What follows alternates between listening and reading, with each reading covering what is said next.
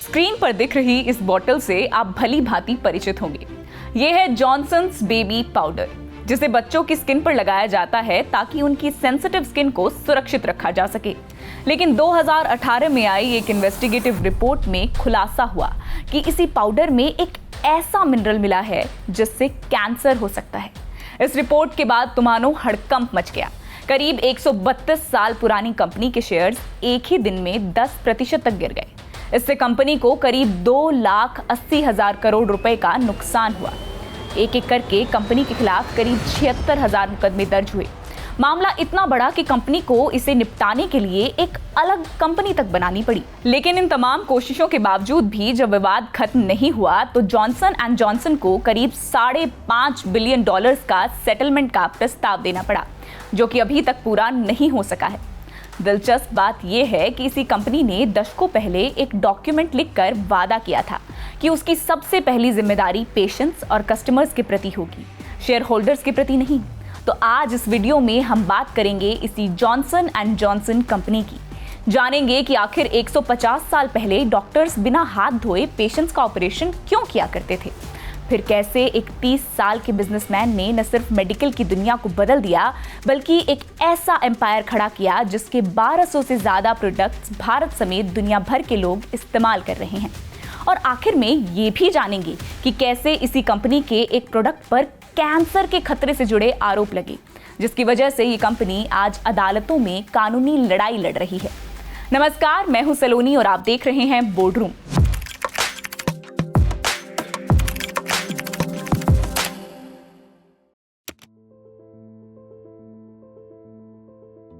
ये बात है साल 1876 की, जब अमेरिका अपने 100 साल पूरे करने का जश्न मना रहा था।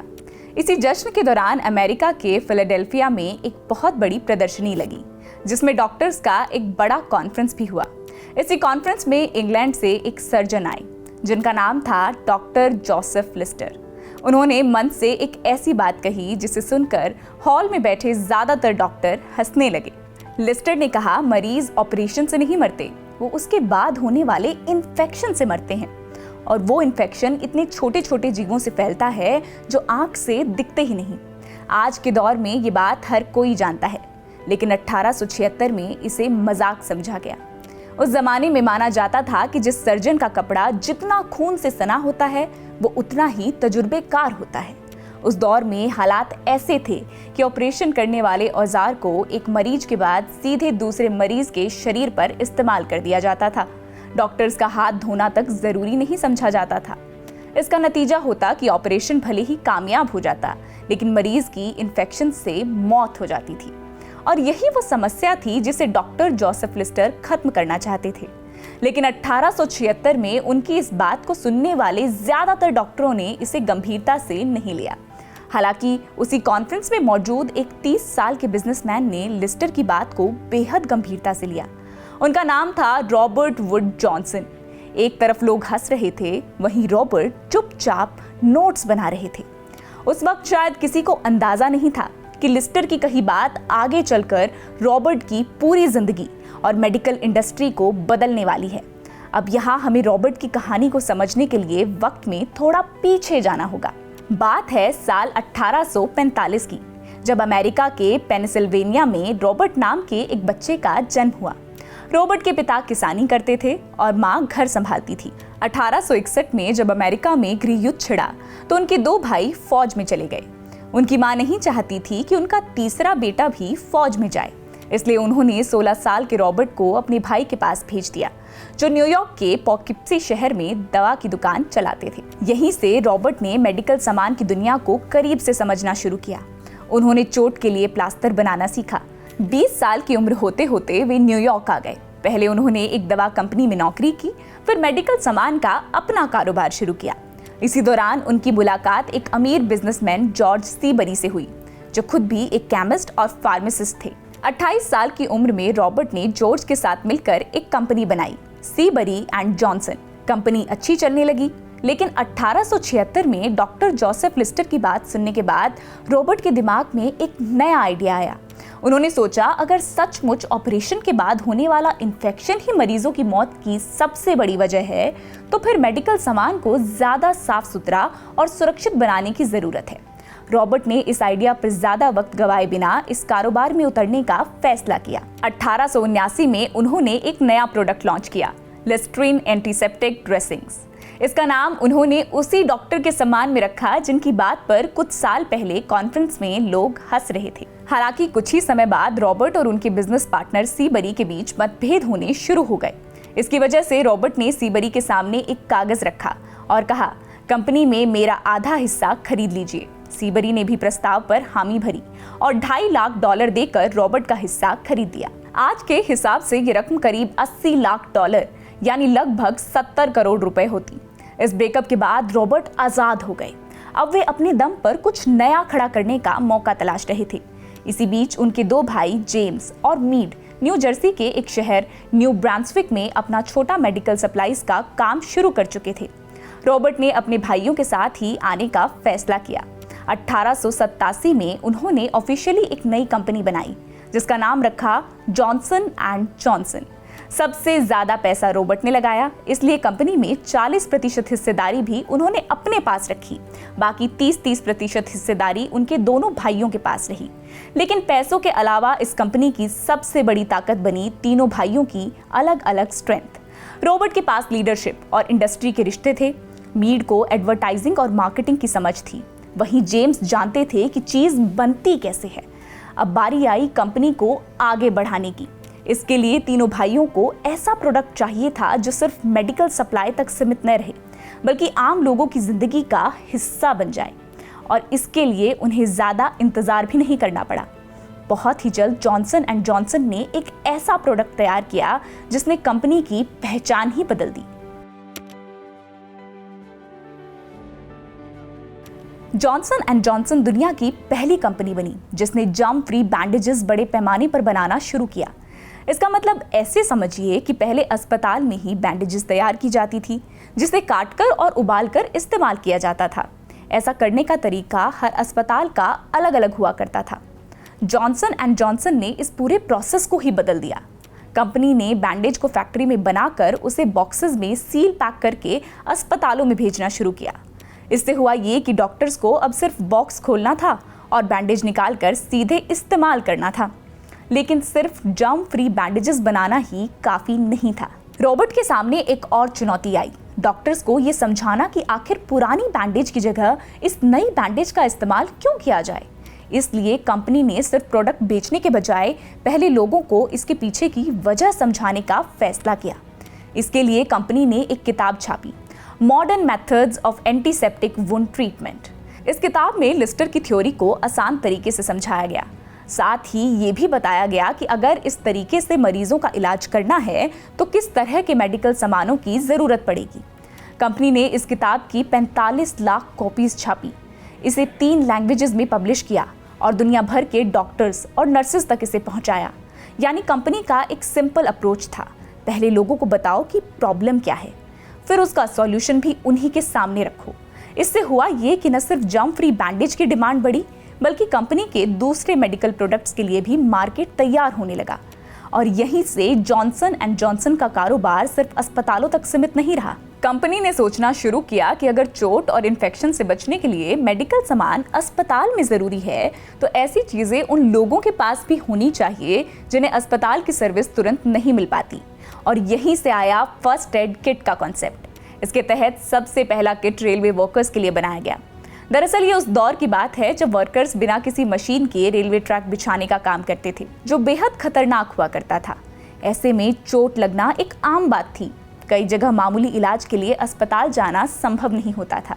ऐसे में एक फर्स्ट एड किट बनाया गया जिसमें जरूरी मेडिकल सामान रखा गया ताकि चोट लगने पर अस्पताल पहुंचने से पहले ही तुरंत मदद की जा सके। यानी जॉनसन एंड जॉनसन अब सिर्फ अस्पतालों के लिए ही सामान नहीं बना रही थी, कंपनी धीरे धीरे ऐसे प्रोडक्ट्स भी बनाने लगी जिन्हें आम लोग अपनी रोजमर्रा की जिंदगी में इस्तेमाल कर सकें। लेकिन कंपनी के सफर में अभी सबसे बड़ा बदलाव आना बाकी था। इस बार कंपनी की नज़र हॉस्पिटल्स या रेलवे वर्कर्स पर नहीं, बल्कि बच्चों पर पड़ी। उस जमाने में बच्चों के लिए कपड़े का लंगोट इस्तेमाल होता था। गीलापन और रबिंग की वजह से बच्चों की स्किन छिल जाती थी। ऐसे में कंपनी ने इसका एक सॉल्यूशन निकाला, टैल्कम पाउडर। टैल्क एक बेहद नरम पत्थर होता है जिसे माइन से निकाला जाता है। इसी को पीसकर एक सफ़ेद पाउडर बनाया जाता है जो मॉइस्चर सोखता है और रबिंग को कम करता है। यही पाउडर आगे चलकर जॉनसन्स का बेबी पाउडर बना। धीरे धीरे कंपनी का कारोबार लगातार बढ़ता गया। एंटीसेप्टिक, टूथपेस्ट, डेंटल फ्लॉस और फिर सैनिटरी नैपकिन, एक एक करके कई प्रोडक्ट्स कंपनी के कारोबार का हिस्सा बनते गए। कारोबार बढ़ रहा था, लेकिन इसी दौरान परिवार के कारोबार में भी बदलाव आ गया। रॉबर्ट के भाई मीट जॉनसन ने कंपनी छोड़कर बच्चों के न्यूट्रिशन का अपना बिजनेस शुरू करने का फैसला लिया। रॉबर्ट ने उनके हिस्से को खरीद लिया और अब कंपनी में उनकी हिस्सेदारी बढ़कर 70% हो गई। इन सालों में रॉबर्ट की अपनी जिंदगी भी बदल रही थी। 1892 में उन्होंने शादी की और उनके 3 बच्चे हुए, Robert Wood Johnson second, sievert Johnson और इवेंजेलिन। रॉबर्ट के लिए अब कंपनी सिर्फ एक बिजनेस नहीं थी, उनके सामने एक परिवार था और उसकी अगली जनरेशन भी थी जिसे आगे चलकर इस कारोबार की जिम्मेदारी संभालनी थी।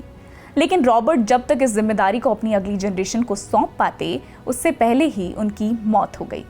फरवरी 1910 में 64 साल की उम्र में किडनी डिजीज की वजह से रॉबर्ट की अचानक मौत हो गई। वे अपने पीछे $30 लाख की संपत्ति छोड़ गए। आज के हिसाब से करीब $9.5 करोड़ यानी लगभग 840 करोड़ रुपए। इस संपत्ति का एक बड़ा हिस्सा उनके 16 साल के बेटे रॉबर्ट वुड जॉनसन सेकंड के नाम था, लेकिन पिता की विल के मुताबिक उन्हें यह हिस्सा 25 साल की उम्र से पहले मिलने वाला नहीं था। अब रॉबर्ट के जाने के बाद जॉनसन एंड जॉनसन की कमान उनके छोटे भाई जेम्स के हाथ में आ गई। जेम्स के सामने एक तरफ कंपनी को उसी तेजी से आगे बढ़ाने की जिम्मेदारी थी और दूसरी तरफ परिवार की अगली जनरेशन को तैयार करने की। कई लोगों को शक था कि जेम्स अपने बड़े भाई रॉबर्ट जितने स्ट्रॉन्ग नहीं हैं, लेकिन उन्होंने कंपनी की कमान संभालते ही अपनी सोच साफ कर दी। उन्होंने कहा कि कंपनी की डायरेक्शन वही रहेगी जो रॉबर्ट ने डिसाइड की थी। इसके बाद जेम्स ने बिजनेस को कनाडा, मैक्सिको, इंग्लैंड और साउथ अफ्रीका तक फैलाया और अगले 10 साल में कंपनी की सेल्स 4 गुना हो गई। इसी दौरान रॉबर्ट वुड जॉनसन सेकंड भी बड़े हो रहे थे। एक समय ऐसा आया कि रॉबर्ट ने कॉलेज जाने से मना कर दिया और सीधे फैक्ट्री में वर्कर्स के साथ काम करना शुरू कर दिया। इसका एक कारण ये भी था कि उनके पिता उन्हें बचपन से फैक्ट्री लेकर जाते थे। वहीं उन्होंने पहली बार कंपनी के काम को करीब से देखा और धीरे धीरे उन्हें इस बिजनेस से लगाव हो गया। लेकिन पिता के जाने के बाद रॉबर्ट बेहद अकेले पड़ गए। उनके चाचा जेम्स कंपनी को आगे बढ़ाने में व्यस्त थे। ऐसे में रॉबर्ट का समय धीरे धीरे न्यू ब्रांसविक के बार्स में दोस्तों के साथ गुजरने लगा। एक दिन वे बोर्ड मीटिंग में शराब पीकर पहुंच गए। चाचा जेम्स ने उस समय सबके सामने तो कुछ नहीं कहा, लेकिन मीटिंग खत्म होने के बाद उन्होंने रॉबर्ट सेकंड को अलग से बुलाया और साफ शब्दों में कहा, ये परिवार की कंपनी है, अभी इसका जिम्मेदार मैं हूँ। अगर तुम नहीं सुधरे तो मैं ये कंपनी बेच दूंगा। ये बात रॉबर्ट सेकंड के लिए एक बड़ा झटका थी। उन्हें समझ आ गया कि अगर कंपनी बिक गई तो उन्हें भले ही अपनी हिस्सेदारी के बदले काफ़ी पैसा मिल जाएगा, लेकिन उनके पिता ने जो कंपनी बनाई थी वो हमेशा के लिए उनके परिवार के हाथ से निकल जाएगी। कहा जाता है कि उस दिन के बाद रॉबर्ट सेकंड पूरी तरह बदल गए।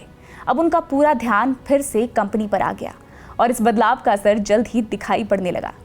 अप्रैल 1914 में सिर्फ 21 साल की उम्र में Robert Wood Johnson second Johnson and Johnson के बोर्ड के सबसे कम उम्र के मेंबर बन गए। लेकिन जैसे ही उनकी नई रिस्पॉन्सिबिलिटी शुरू हुई, ठीक उसी दौर में दुनिया एक बड़े युद्ध की तरफ बढ़ गई। पहला विश्व युद्ध शुरू हुआ तो फैक्ट्री में काम करने वाले कई पुरुष आर्मी में चले गए। उनकी जगह उनकी पत्नियां फैक्ट्री में काम करने लगी। 2-2 शिफ्ट्स लगाकर इन महिलाओं ने करोड़ों बैंडेजेस बनाई। डिमांड आसमान छू रही थी, लेकिन फिर भी कंपनी ने मौके का फायदा उठाकर दाम नहीं बढ़ाए। फिर 1918 में स्पेनिश फ्लू ने अमेरिका को अपनी चपेट में ले लिया। इस पैंडेमिक में करीब 6,75,000 लोगों की जान चली गई। ऐसे में जॉनसन एंड जॉनसन ने जर्म फ्री मास्क बनाकर मार्केट में उतारे और इसी साल अप्रैल में रॉबर्ट वुड जॉनसन सेकंड 25 साल के हो गए। अब उन्हें अपने पिता की विल के मुताबिक उनके शेयर्स मिल गए, यानी अब उनके पास कंपनी में हिस्सेदारी भी थी, बोर्ड में सीट भी थी और कंपनी को आगे ले जाने की जिम्मेदारी भी। और यहीं से रॉबर्ट सेकंड की कहानी में एक नया मोड़ आया। उनके दिमाग में एक ऐसा आइडिया था जो जॉनसन एंड जॉनसन के हिस्ट्री में अगला बड़ा चैप्टर लिखने वाला था, क्योंकि कंपनी का सबसे मशहूर प्रोडक्ट अभी आना बाकी था। बात है साल 1917 की, जब अर्ल डिक्सन नाम के एक आदमी की शादी हुई। अर्ल जॉनसन एंड जॉनसन में कॉटन बायर थे, यानी कंपनी के लिए रुई खरीदने का काम करते थे। शादी के बाद उनकी पत्नी जोसेफिन को रसोई में अक्सर चोट लग जाती थी। कभी चाकू से हाथ कट जाता था तो कभी कुछ गर्म चीज से हाथ जल जाता। उस समय छोटी चोट पर बैंडेज लगाना भी इतना आसान नहीं था। पहले रुई अलग रखो, फिर चिपकने वाला टेप निकालो, दोनों को एक बराबर साइज में काटो, जोड़ो और फिर हाथ पर बांधो। और ये काम एक हाथ से करना तो और भी मुश्किल था, इसलिए हर बार अर्ल को ही उनकी बैंडेज बांधनी पड़ती थी। इसी प्रॉब्लम से 1920 में अर्ल के दिमाग में एक आइडिया आया, अगर बैंडेज पहले से ही तैयार हो तो हर बार इतना झंझट क्यों करना पड़े। उन्होंने टेप के एक टुकड़े पर थोड़ी सी रुई रखी, ऊपर से एक खास तरह का कपड़ा चढ़ा दिया ताकि टेप आपस में चिपके नहीं। इसकी वजह से अब हर बार जोसेफिन को बैंडेज बनाने की जरूरत नहीं पड़ती थी।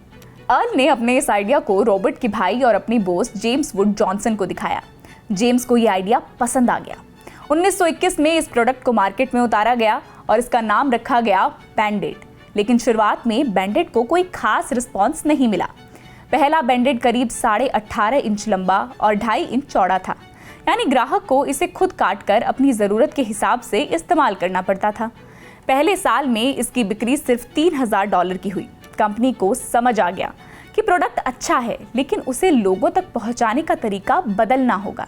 इसलिए उन्होंने 2 बड़े चेंजेस किए। पहला, मशीन से बनी छोटी बैंडेड्स बाजार में उतारी ताकि लोगों को खुद बड़ी पट्टी काटने की ज़रूरत ही ना पड़े। दूसरा, बैंडेड को बॉय स्काउट्स की फर्स्ट एड किट्स में शामिल किया गया। इसका नतीजा ये हुआ कि ये प्रोडक्ट बच्चों और उनके परिवारों तक पहुंचने लगा और यहीं से बैंडेड की किस्मत बदल गई। धीरे धीरे इसका इस्तेमाल बढ़ता गया और 1930 के दशक तक बैंडेड दुनिया के सबसे सक्सेस हेल्थ प्रोडक्ट्स में से एक बन गया। इसकी वजह से अर्ल डिक्सन को आगे चलकर जॉनसन एंड जॉनसन का वाइस प्रेसिडेंट बना दिया गया और फिर 1961 तक कंपनी के बोर्ड में रहे। लेकिन जिस समय बैंडेड घर घर पहुंच रहा था, उसी समय जॉनसन एंड जॉनसन के अंदर एक और बड़ा बदलाव आना शुरू हुआ। रॉबर्ट वुड जॉनसन सेकंड के चाचा जेम्स की तबीयत अक्सर खराब रहने लगी। वे कई बार काम से दूर रहने लगे थे। इसके बावजूद वे कुर्सी छोड़ने को तैयार नहीं थे। आखिरकार 1932 में जब जेम्स छुट्टी पर गए तो रॉबर्ट सेकंड ने इस मौके पर अपने भाई सीवर्ड का साथ लिया। फिर बोर्ड की मीटिंग बुलाई और वोटिंग कराई गई। नए प्रेसिडेंट को चुन लिया गया। जेम्स जैसे ही छुट्टी से लौटे, उन्हें एक टेलीग्राम मिला जिसमें लिखा था, आप रिटायर हो चुके हैं। गुस्से में जेम्स ने बोर्ड से भी इस्तीफा दे दिया, यहाँ तक कि उन्होंने पेंशन लेने से भी मना कर दिया। 2 साल बाद उनकी मौत हो गई। हालांकि उनके लीडरशिप में कंपनी ने काफ़ी तरक्की भी देखी। उनके कार्यकाल में जॉनसन एंड जॉनसन की सेल्स $40 लाख से बढ़कर $1.5 करोड़ से ज़्यादा हो गई। आज के हिसाब से करीब 2000 करोड़ रुपए। और अब कंपनी की कमान उस जनरेशन के हाथ में आ गई जो रॉबर्ट के बाद इस कंपनी को आगे ले जाने वाली थी। 15 अक्टूबर 1932 को सिर्फ 38 साल की उम्र में Robert Wood Johnson second Johnson and Johnson के प्रेसिडेंट बन गए। उनकी लीडरशिप में कंपनी का अंदाज भी बदलने लगा। रॉबर्ट सेकंड बिना बताए अचानक किसी भी प्लांट में इंस्पेक्शन करने पहुंच जाते थे। वर्कर्स उन्हें इम्पार्शियल मानते थे, लेकिन उनसे डरते भी थे। उनका एक सीधा सा रूल था, अगर उन्होंने कोई काम लिख कर दिया है और अगली बार आकर देखा कि उस पर काम आगे नहीं बढ़ा तो आपकी नौकरी जा सकती है। लेकिन रॉबर्ट सेकंड की स्ट्रिक्टनेस सिर्फ वर्कर्स तक सीमित नहीं थी। कंपनी के मुश्किल वक्त में भी उनकी सोच बिल्कुल अलग थी। इस दौर में अमेरिका में ग्रेट डिप्रेशन आ गया। 25% अमेरिकी बेरोजगार हो गए। आसपास की लगभग हर कंपनी अपने कर्मचारियों की छटनी कर रही थी। लेकिन जॉनसन एंड जॉनसन ने पूरी मंदी के दौरान एक भी वर्कर को नौकरी से नहीं निकाला। रॉबर्ट सेकंड ने राष्ट्रपति रूजवेल्ट को चिट्ठी लिखकर कहा कि वर्कर्स के काम के घंटे कम किए जाए और मजदूरों की सैलरी को बढ़ाया जाए। ये वो दौर था जब अमेरिका में कंपनियों और मजदूरों के बीच तनाव काफी बढ़ा हुआ था। इसी दौर में रॉबर्ट सेकंड ने कंपनी को एक और बड़ा बदलाव दिया। 1938 में वे जॉनसन एंड जॉनसन के इतिहास के पहले CEO बने। 1941 आते आते अमेरिका सेकेंड वर्ल्ड वॉर की तरफ बढ़ चुका था। 1942 में राष्ट्रपति रूजवेल्ट ने रॉबर्ट सेकंड को छोटे छोटे बिजनेसेस को वॉर एफर्ट से जोड़ने वाली एक सरकारी संस्था का मुखिया बना दिया। लेकिन सरकारी काम करने का तरीका रॉबर्ट को पसंद नहीं आया। उन्हें फैसले लेने में होने वाली देरी और सरकारी सुस्ती से परेशानी होने लगी। उन्होंने इसकी शिकायत की और कुछ ही समय बाद उन्हें ब्रिगेडियर जनरल का पद दे दिया गया। लेकिन रॉबर्ट इस पद पर ज्यादा समय तक नहीं रहे। करीब 60 दिन बाद उन्होंने सब छोड़ दिया और वापस जॉनसन एंड जॉनसन लौट गए। हालांकि उनके नाम के साथ जनरल का नाम हमेशा के लिए जुड़ गया। इसके बाद जिंदगी भर उन्हें जनरल रॉबर्ट वुड जॉनसन कहा जाने लगा। कंपनी में लौटने के बाद 1943 में रॉबर्ट ने एक ऐसा डॉक्यूमेंट तैयार किया जो आगे चलकर जॉनसन एंड जॉनसन की पहचान बन गया। इसका नाम था क्रेडो। क्रेडो में रॉबर्ट ने बताया कि कंपनी की सबसे पहली जिम्मेदारी किसके प्रति है। सबसे पहले पेशेंट्स, डॉक्टर्स और नर्सेस, दूसरे नंबर पर एम्प्लॉयज, तीसरे नंबर पर सोसाइटी और सबसे आखिर में शेयर होल्डर्स। आज के समय में ये बात आपको नॉर्मल लग सकती है, लेकिन 1943 में किसी अमेरिकन कंपनी का शेयर होल्डर्स को लास्ट प्रायोरिटी बताना बहुत बड़ी बात थी। 24 सितंबर 1944 को उन्होंने जॉनसन एंड जॉनसन को स्टॉक मार्केट में उतारा, लेकिन ज्यादातर शेयर्स उन्होंने अपने पास ही रखे ताकि कंपनी का कंट्रोल उनके हाथ में ही रहे।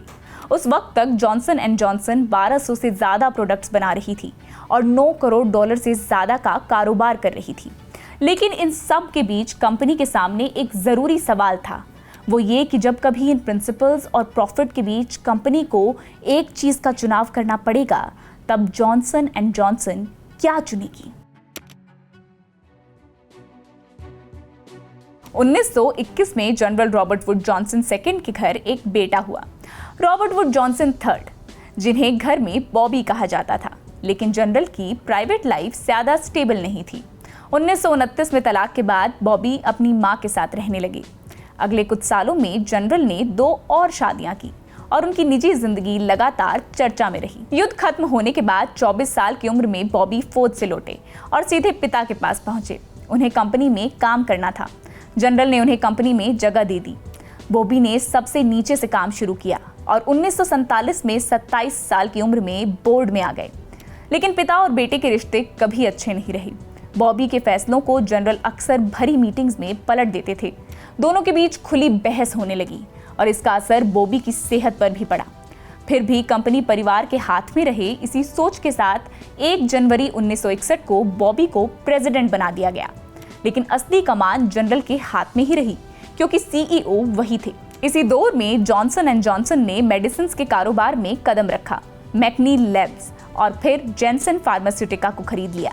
ये दोनों एक्विजिशंस आगे कंपनी के लिए बेहद अहम साबित होने वाले थे। उधर बॉबी की सेहत बिगड़ने लगी। उन्हें अल्सर और हाई ब्लड प्रेशर की शिकायत हुई और वे फ्लोरिडा चले गए। जनरल ने इसी दौरान उनकी सैलरी आधी कर दी। फिर 1963 में जनरल ने चेयरमैन और सीईओ का पद छोड़ दिया। तब जॉनसन एंड जॉनसन में करीब 15,000 कर्मचारी, दुनिया भर में 80 से ज्यादा फैक्ट्रीज और 1000 से ज्यादा प्रोडक्ट्स थे। लेकिन जनरल ने बॉबी को सीईओ नहीं बनाया। उन्होंने फिलिप हॉफमैन को कंपनी का सीईओ बना दिया, यानी जॉनसन परिवार से बाहर का पहला सीईओ। बॉबी को इसकी जानकारी भी जनरल ने नहीं दी। उन्हें इसकी जानकारी नए सीईओ से मिली। कुछ साल बाद जनरल ने प्रेसिडेंट का पद भी खत्म कर दिया। बॉबी ने इस्तीफा दे दिया और बाप बेटे का रिश्ता पूरी तरह टूट गया। 30 जनवरी 1968 को general Robert Wood Johnson second की कैंसर से मौत हो गई। उनके दौर में कंपनी की annual sales 1 crore 10 lakh dollar से बढ़कर 70 करोड़ डॉलर हो चुकी थी। लेकिन अपनी विल में उन्होंने एक बड़ा फैसला किया। 1 अरब डॉलर से ज्यादा के कंपनी शेयर्स उन्होंने परिवार को देने के बजाय रॉबर्ट वुड जॉनसन फाउंडेशन को दे दिए। यहीं से कहानी जनरल के छोटे भाई सीवर्ड की तरफ मुड़ती है। सीवर्ड ने कंपनी में ज्यादा समय तक बड़ी भूमिका नहीं निभाई। 1971 में उन्होंने बारबरा पायसेका यानी बादशाह से शादी की। सीवर्ड उस वक्त 76 साल के थे और बादशाह 34 की। 1983 में सीवर्ड की मौत हुई। उनकी करीब 50 करोड़ डॉलर की संपत्ति में 6 बच्चों के लिए लगभग कुछ नहीं था। पूरी संपत्ति बादशाह के नाम थी। बच्चों ने विल को कोर्ट में चैलेंज कर दिया। उन्होंने आरोप लगाया कि मौत से कुछ हफ्ते पहले जब सीवर्ड की हालत खराब थी, तभी बादशाह ने उनसे विल पर साइन करवाए। आखिरकार 1986 में मामला कोर्ट के बाहर सेटल हुआ। इस बीच बादशाह के पास करीब 35 करोड़ डॉलर रहे, जबकि 6 बच्चों ने 4 करोड़ 25 लाख डॉलर आपस में बांट लिए। परिवार की ये लड़ाई आखिरकार खत्म हो गई। लेकिन इसी दशक में एक ऐसी घटना हुई जिसने जॉनसन एंड जॉनसन के सामने एक बड़ा संकट खड़ा कर दिया। तारीख 29 सितंबर 1982, शिकागो के पास की एक जगह एल्क ग्रोव विलेज। 12 साल की एक लड़की मैरी किलरमैन की तबीयत खराब हुई। माँ बाप ने उसे एक एक्स्ट्रा स्ट्रेंथ टाइलेनॉल कैप्सूल दिया।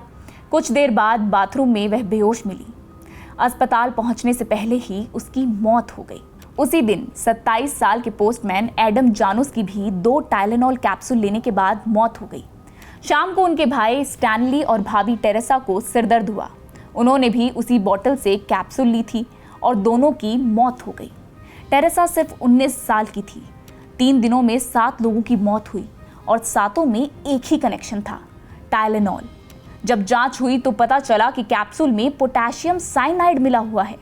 ये इतना खतरनाक जहर है कि शरीर से सेल्स ऑक्सीजन का इस्तेमाल नहीं कर पाती और कुछ ही मिनटों में आदमी की मौत हो जाती है। अब सवाल उठा कि साइनाइड कैप्सूल में पहुंचा कैसे। जांच में पता चला कि कुछ लोगों ने अलग अलग दुकानों से टाइलेनॉल की पूरी बॉटल्स खरीदी। फिर उन बॉटल्स के अंदर मौजूद कैप्सूल्स में साइनाइड भरा और बॉटल्स को वापस दुकानों की शेल्फ पर रख दिया। यानी छेड़छाड़ फैक्ट्री में नहीं हुई थी। बॉटल कंपनी की थी, लेकिन उसके अंदर मौजूद कैप्सूल के साथ बाद में छेड़छाड़ की गई। टेक्निकली जॉनसन एंड जॉनसन की कोई गलती नहीं थी। फिर भी जॉनसन एंड जॉनसन ने पूरे अमेरिका से टाइलेनॉल की 3 करोड़ 10 लाख बॉटल्स वापस मंगा लिए। इसमें कंपनी को करीब 10 करोड़ डॉलर का नुकसान हुआ, जो आज के हिसाब से लगभग 2900 करोड़ रुपए है। जब इस पर सीईओ जेम्स बर्क से पूछा गया कि कंपनी इतना बड़ा नुकसान क्यों उठा रही है, तो उनका जवाब था क्रेडो, वही जिसमें सबसे ऊपर पेशेंस और सबसे नीचे शेयर होल्डर्स थे। शुरुआत में टाइलेनॉल की सेल्स गिरने लगी, लेकिन कुछ ही महीनों में लोगों का भरोसा भी वापस आ गया। इतने साल बीत जाने के बाद भी आज तक 7 लोगों की मौत का गुनहगार नहीं पकड़ा जा सका। 140 से ज्यादा पुलिस और FBI ऑफिसर्स ने जांच की, लेकिन केस आज तक अनसॉल्व्ड है।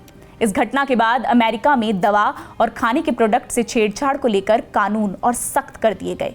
दवाइयों की पैकेजिंग पर टैंपर प्रूफ सील्स आने लगी। यानी आज जो आप किसी भी दवाई की सील देखते हैं, उसके पीछे वही 1982 की घटना है। अब कहानी वापस लौटती है उसी सफेद बोतल पर, जिसके अंदर का पाउडर बच्चों की स्किन के लिए इस्तेमाल होता है। ये पाउडर टेल्क से बनाया जाता है। टेल्क को माइन से निकाला जाता है और उसी के आसपास एक और मिनरल पाया जाता है, एस्बेस्टोस। एस्बेस्टोस बाल से भी बारीक फाइबर्स में टूट सकता है। ये सांस के साथ लंग्स में जाकर फंस सकते हैं और लंबे समय बाद कैंसर का कारण बन सकते हैं। तो सवाल उठा, क्या बेबी पाउडर में इस्तेमाल होने वाले टेल्क में एस्बेस्टोस भी हो सकता है? इसी सवाल को लेकर 2009 के आसपास जॉनसन एंड जॉनसन पर कई मुकदमे शुरू हुए। महिलाओं का आरोप था कि सालों तक बेबी पाउडर इस्तेमाल करने से उन्हें ओवेरियन कैंसर हुआ। फिर दिसंबर 2018 में राउटर्स की एक इन्वेस्टिगेटिव रिपोर्ट ने इस विवाद को और बड़ा कर दिया। रिपोर्ट में दावा किया गया कि 1971 से 2000 के दशक की शुरुआत तक कंपनी का रॉ टेल्क और उससे बना फिनिश्ड पाउडर कभी-कभी एस्बेस्टोस के टेस्ट में पॉजिटिव आया था। रिपोर्ट के मुताबिक कंपनी के कुछ ऑफिसर्स, साइंटिस्ट्स और लॉयर्स को इसकी जानकारी भी थी। रिपोर्ट सामने आते ही जॉनसन एंड जॉनसन का शेयर प्राइस 10% से ज्यादा गिर गया। कंपनी ने रिपोर्ट को एक तरफा और गलत बताया और कहा कि उसके प्रोडक्ट्स में एस्बेस्टोस नहीं है और उससे कैंसर नहीं होता। लेकिन विवाद बढ़ता गया। 2019 में FDA ने बेबी पाउडर के एक बैच में एस्बेस्टोस मिलने की बात कही। कंपनी ने करीब 33,000 बोतल्स वापस मंगा ली।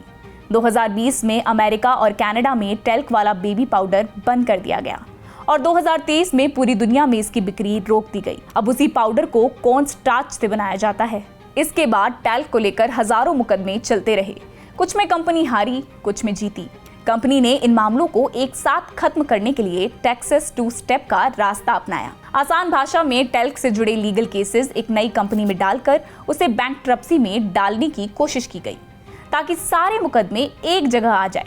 लेकिन अदालतों ने ये कोशिश 3 बार खारिज कर दी। आखिरी बार अप्रैल 2025 में करीब 10 अरब डॉलर का प्रपोजल भी ठुकरा दिया गया और फिर 28 जुलाई 2026 को जॉनसन एंड जॉनसन ने करीब $5.5 बिलियन देकर लगभग 76,000 केसेस को एक साथ खत्म करने का प्रस्ताव रखा।